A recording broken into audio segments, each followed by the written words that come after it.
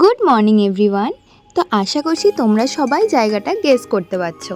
আমি সুপর্ণা চলে এসেছি তোমাদের জন্য আরও একটা ইন্টারেস্টিং মিনি ভ্লগ নিয়ে। তো যারা যারা আমার এই চ্যানেলে নতুন, প্লিজ সাবস্ক্রাইব করে দিও, আর ভালো লাগলে আমার চ্যানেলে একটা লাইক দিয়ে দিও। তো চলো শুরু করি ভ্লগটা। তো আমি আজকে এসেছিলাম ঠিক মিলেনিয়াম পার্কের অপোজিটে হেরিটেজ বিল্ডিংয়ে, ইয়েস, দ্য মেট ক্যাফেতে, যেটা তৈরি 19th সেঞ্চুরিতে। তখন আমাদের গভর্নর ছিলেন চার্লস মেটকালফ, আর ওনার নাম অনুসারেই এই হেরিটেজ বিল্ডিংয়ের নাম হয়েছে মেট ক্যাফে হল। আর এখানকার সৌন্দর্য দেখে তোমরা কিন্তু মুগ্ধ হতে বাধ্য। যারা আমার মতো ছবি তুলতে, ফটো ভিডিও করতে পছন্দ করো, তাদের জন্য এটা হলো আইডিয়াল স্পেস। আর এখানের সৌন্দর্য প্রিজার্ভ করা খুবই একটা শক্ত ব্যাপার। যেদিকেই তাকাবে সেদিকেই যেন অপূর্ব সুন্দর সুন্দর ফটোজেনিক এরিয়া তৈরি করেছে।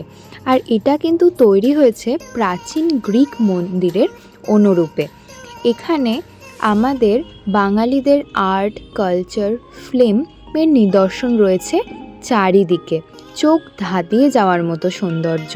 আর তোমরা এখানে এসে ফটো না তুলে চলে যাবে, এটা তো কোনোভাবেই হতে পারে না। কারণ যে ওয়ালেই তোমরা দাঁড়াবে, ফটো যেন ভীষণ সুন্দর উঠবে। তোমরা কে কে এখানে গেছো আমাকে কিন্তু কমেন্ট করে জানাতে একদম ভুলবে না। আর এখানে ঢুকতে গেলে তোমাদেরকে heritage monuments of India site থেকে টিকিট অনলাইনেই বুকিং করতে হবে। আর তোমরা কিন্তু আইডি প্রুফ অবশ্যই ক্যারি করবে। এছাড়াও যদি তোমরা এখানে এসে টিকিট কাটতে চাও, সেই অপশানও রয়েছে, বাট অনলাইনে। আর টিকিটের ফিস মাত্র 20 টাকা। আর এখানে থাকার মানে এন্ট্রির সময়সীমা হলো সকাল 10টা থেকে সন্ধে 6টা। তার মধ্যে তোমরা এখানে ঢুকে যেতে পারো, কিন্তু কোনো বেরোনোর নির্দিষ্ট টাইম নেই। যতক্ষণ চাইবে তোমরা থাকতে পারবে এর ভেতরে। আর এবার বলে দিই আমরা এখানে কবে গিয়েছিলাম। ঠিক গত পরশু আমরা চলে গিয়েছিলাম এই মেট ক্যাফে হলে। আর এখানে রয়েছে বিভিন্ন চিত্রকল্প, যেগুলো তোমাদের চোখ ধাঁধিয়ে যাবে। আর তোমরা যদি আমার মতো ফটো তুলতে ভীষণ ভালোবাসো, তাহলে কিন্তু এইটা হলো তোমাদের জন্য আইডিয়াল স্পেস।